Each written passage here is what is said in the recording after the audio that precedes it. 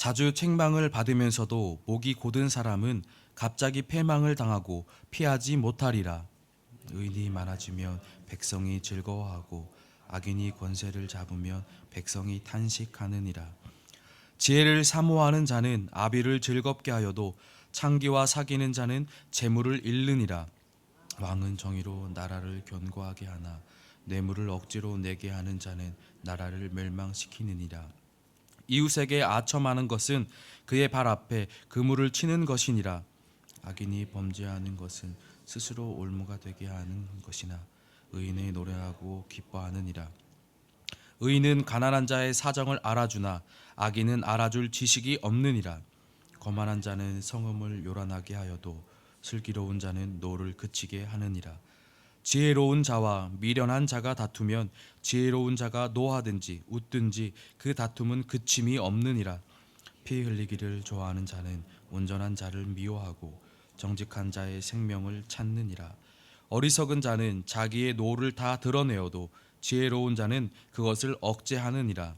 관원이 거짓말을 들으며 그의 하인들은 다 악하게 되느니라. 가난한 자와 포악한 자가 섞여 살거니와 여호와께서는 그 모두의 눈에 빛을 주시느니라. 왕이 가난한 자를 성실히 신원하면 그의 왕위가 영원히 견고하리라. 아멘. 중고등학교 시절에 보면 이런 학생들이 꼭 있었습니다. 자신의 생각이 모든 것을 이길 줄 알고 자신의 생각을 굽히지 않고 자기가 생각하는 바대로 거침없이 행동했던 친구들의 모습입니다. 저에게도 그러한 친구들이 있었습니다. 옆 동네에 있는 친구들이었는데 중학교 때부터 그 친구들은 질풍노도의 시기에 이름에 걸맞게 자신들의 마음대로 살았습니다. 학교도 가고 싶으면 가고 가기 싫으면 가지 않고 자기 마음대로 학교를 들락날락하면서 하고 싶은 대로 삶을 살았습니다. 당연히 그에 따라서 선생님들의 제재가 있었습니다. 늘 그들의 이름은 호명이 되었고 불려갔습니다. 모두가 보는 앞에서 체벌을 받기도 하고 학교에서 정학을 당하기도 했습니다. 그러던 이 친구들 중에 한 명이 선생님 앞에 대들기 시작했습니다. 그리고는 문을 박차고 오토바이를 타고 자신의 집으로 돌아갔습니다. 근데 그 돌아가던 길에 큰 사고를 당하게 되었습니다. 그리고 병원에 실려가게 되었고 결국 반신불수가 되었습니다. 그 친구를 만나서 이야기를 해보았던 기억이 있습니다. 괜찮니? 돌아온 대답은 아니, 너무나 후회가 된다. 이 한마디로 그 친구는 눈물을 흘리며 더 이상 말을 이어나가지 않았습니다. 그리고 그 뒤에는 자신의 자리에서 자신의 몸을 가지고 할 수 있는 최선을 다하여 삶을 살아갔습니다. 이 1절 말씀을 읽으면서 이 학생의, 이 친구의 삶이 떠올랐었습니다. 자주 책망을 받으면서도 목이 곧은 사람은 갑자기 패망을 당하고 피하지 못하리라. 1절에서는 두 가지 표현이 나옵니다. 자주 책망을 받는 자, 그리고 목이 곧은 자. 이러한 자들은 패망을 당하고 피하지 못한다고 말하였습니다. 책망을 받는다는 것은 자신의 완악함을 계속하여 고집한다는 말입니다. 잦은 책망에도 불구하고 계속 반복되는 죄를 일삼는다는 것입니다. 더욱 반항하면서 더욱더 거세게 거칠게 그 죄로 달려가는 모습들입니다. 잘못을 저지르고 그에 따른 책망을 받을 때에 고개를 숙이고 자신의 잘못을 인정하는 삶이 있는가 하면 끝까지 인정하지 않고 자신의 고집을 피우며 부리며 그것을 관철하는 자들이 있습니다. 책망을 듣는다는 것은 바르지 못한 행동을 했을 때 바르게 행동할 것을 요구받는 것입니다. 그 길은 잘못된 길이니 바른 길로 돌아와라 라는 것이 책망입니다. 이는 그 사람의 바른 길로 돌아오고자 하는 마음이 담겨 있는 것이죠. 괴롭히려는 마음, 힘들게 하려는 마음이 아니라 바른 길로 돌아와 온전한 길을 걸어가고자 하는 그 마음이 담긴 채찍과도 같습니다. 지혜로운 자는 이러한 책망을 들었을 때 돌이키는 사람입니다. 내가 잘못한 것을 깨닫고 뉘우치고 돌이켜서 다시금 바른 길로 걸어가는 사람입니다. 내가 걸어가는 이 길이 책망을 통하여 잘못된 것임을 깨닫는 사람이 바로 지혜로운 사람입니다. 이런 지혜로운 삶이 우리의 삶이 되었으면 좋겠습니다. 이어서 목이 곧은 자에 대한 이야기입니다. 자신의 잘못에 대한 책망을 들어도 굽히지 않는 사람입니다. 자신의 생각대로만 살아가는 사람이죠. 자신의 잘못을 인정할 생각도 없이 목에 힘을 주고 뻣뻣하게 버티는 사람입니다. 출애굽기서에 보면 애굽 왕 바로가 나오는데 이 바로 왕의 모습이 바로 이러한 모습입니다.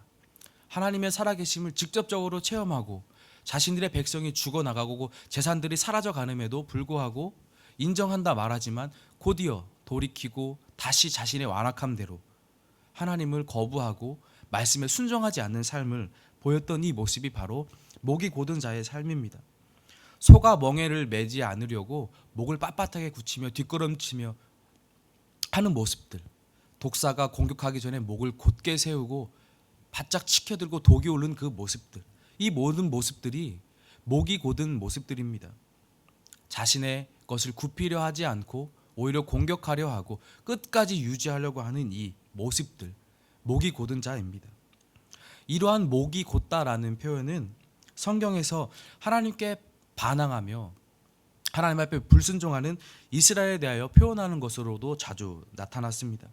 출애굽기도 신명기도 열왕기하에도 이사야에도 모든 것들이 이런 표현들이 기록되어 있습니다. 너희는 목이 곧은 백성인즉 내가 길에서 너희를 진멸할까 염려함이니라. 하나님께서 이러한 표현들을 각각 구절구절마다 이스라엘 백성들에게 말씀에 순종하지 않을 때에 어긋난 길로 걸어갈 때에 표현하셨다는 것이죠. 하나님의 말씀을 순종하지 않고 그리고 듣지도 않고 오직 자신의 생각과 고집대로 뜻대로 살아가는 이스라엘 백성들을 향한 표현이었습니다. 그로 말미암아 성경에 나타나는 진노는 모두 이것으로부터 비롯되었습니다. 말씀에 순종하지 않으므로 죄가 가득 차였을 때 하나님의 진노는 일어났습니다. 아담과 하와도 이러한 것이고 물로써 노아의 홍수로서 이 세상을 심판한 것도 이러한 것이고 사사시대 때 반복되었던 하나님의 징계 심판하심도 이와 같은 명목의 같은 선상에 있었습니다. 말씀에 순종하지 않고 자신의 생각에 따라 욕심에 따라서 말씀을 벗어나 하나님이 아닌 다른 신을 섬기고 하나님의 말씀을 어기는 삶을 마음대로 살았던 이러한 모습에 하나님은 책망하셨고 책망을 듣지 않으시자 듣지 않자 심판하셨습니다. 하나님께서는 이스라엘 백성들이 잘못된 길로 걸어갈 때 사랑이 마음이 담긴 채찍을 과감히 드셨습니다. 그 이유는 이스라엘 백성들이 거룩한 백성, 하나님의 말씀에 순종하는 백성들이 되기 원하셨기 때문입니다. 죄로부터 멀리하는 삶, 하나님 말씀의 안에 거하면서 하나님이 주시는 복을 받아 누리는 삶을 사는 백성들이 되길 원하셨기 때문에 이러한 일들, 채찍을 드셨고 심판을 하셨습니다. 하나님께서는 우리에게도 말씀에서 벗어나지 않는 삶을 살기를 원하십니다.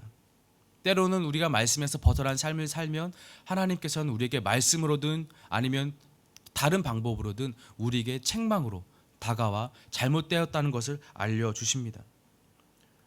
그럼에도 불구하고 책망을 받으면서도 돌이키지 않고 끝까지 목이 곧은 자처럼 나의 고집과 아집을 부리며 나의 생각대로만 산다면 분명 우리는 하나님으로부터 채찍을 받게 될 것입니다. 성경은 이러한 인생의 결로 마지막을 패망이라고 표현하고 있습니다. 이러한 인생이 우리의 인생이 되지 않기를 소망합니다. 우리는 하나님의 말씀에 늘 순종하는 삶을 살아야 합니다. 그리고 그 말씀에 귀를 기울이는 삶을 살아야만 합니다. 내게 듣기 좋은 말씀만 귀로 듣고 말씀을 기록하는 것이 아니라 내게 듣기 싫은 말씀, 내 마음에 찔리는 말씀을 오히려 우리는 더욱더 귀담아 들어야 될 줄 믿습니다. 그 마음이 하나님의 마음이 담겨있기 때문입니다. 나를 사랑하시는 마음이 그 말씀으로 나로 하여금 바른 길로 돌아오길 종용하기 때문입니다. 우리 그리스도인들은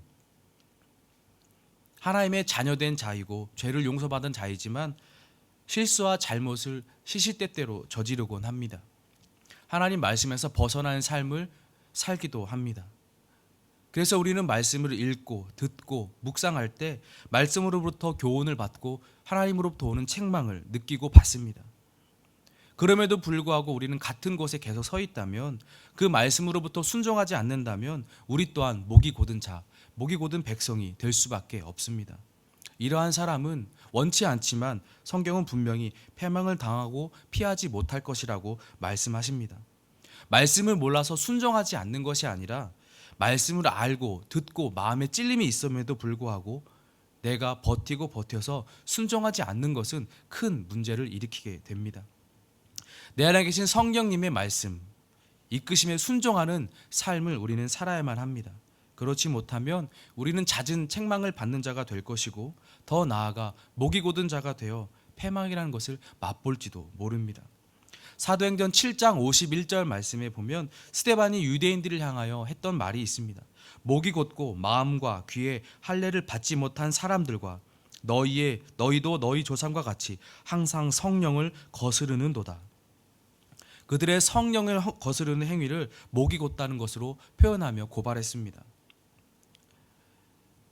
성령님은 우리와 늘 함께 하시며 우리 안에 내재하시는 분이십니다. 말씀으로 내게 책망하실 때도 있지만 우리는 늘 성령 하나님을 통하여서 이러한 찔림을 받고 잘못된 것을 깨닫습니다. 왜냐하면 그분께서는 우리와 함께 하시며 우리를 이 땅 가운데 걸어가며 그리스도인으로 살아가기에 마땅하도록 지켜주시고 보호하시고 깨닫게 하시는 분이시기 때문입니다. 이런 성령님을 거스르는 행동, 내 마음에 성령님의 음성이 들려옴에도 깨닫게 하시면 은혜가 있음에도 불구하고 무시하고 내가 처한 상황과 내가 처한 환경들에 따라 내 생각으로 일관하게 된다면 우리는 목이 곧은 자가 된다는 말입니다. 우리에게 주시는 하나님의 말씀, 그리고 내 안으로부터 역사하시는 성령님의 감동하심, 깨닫게 하심에 대한 것들을 우리는 귀담아 들어야 될 줄 믿습니다. 하나님의 책망을 감사히 할 수 있는 우리가 되기를 소망합니다. 성령님의 온전하게 하심으로 원하는 이끄심에 온전하게 순종하며 발걸음으로 옮기는 우리가 되기를 소망합니다. 원망이 아닌 감사로 나아갈 수 있는 우리가 되기를 소망합니다. 무거운 주제였지만 그만큼 이 말씀이, 하나님 말씀에 순종하는 이 삶이 얼마나 중요한지 다시 한번 돌이켜보시고 마음에 새길 수 있는 오늘 하루가 되었으면 좋겠습니다. 시편의 기자는 하나님의 말씀이 내 발의 등이요 내 길의 빛이라고 말씀하였습니다. 우리가 걸어가는 길에 유일한 등과 빛이 있다면 그것은 하나님의 말씀인 줄 믿습니다. 그것이 우리의 삶의 기준이고 방향을 찾는 나침반과도 같습니다. 그 안에 머물고 그것이 가르치는 곳을 따라갈 때에 우리는 하나님의 품 안에 거하게 될 것이고, 그분이 주시는, 우리 주님 아버지께서 주시는 은혜와 평강의 복을 받아 누리는 삶을 살게 될 것입니다. 나의 인생의 주인 되시는 그분을 고백하는 오늘 하루가 되시고, 말씀에 따라 순종하며 내게 찔림이 있다면 그 찔림에 감사하며 돌이킬 수 있는 오늘 하루, 귀한 하루가 되시기를 예수님의 이름으로 소망합니다. 함께 기도하겠습니다. 하나님, 이 시간 가운데에 우리 마음에 주님께서 주시는 책망함이 있다면, 말씀으로부터 오는 찔림이 있다면, 성령 하나님을 통하여 우리 마음에 깨닫게 하시는 것들이 있다면 감사함으로 받아들이고 순종하는 자가 되기를 소망합니다. 주님의 주시는 말씀과 성령님의 깨닫게 하심으로부터 모른 척하고 목이 곧은 자처럼 돌이키고 나의 마음대로 살지 않는 우리의 삶이 되기를 소망합니다.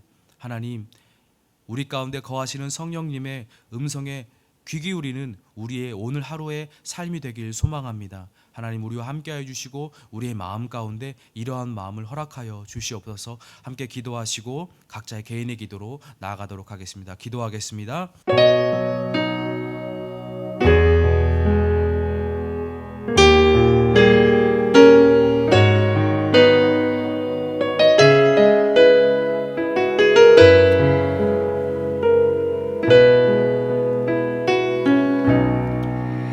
나 같은 사람도 사랑하시나요? 너무 크고 아름다운 그 사랑,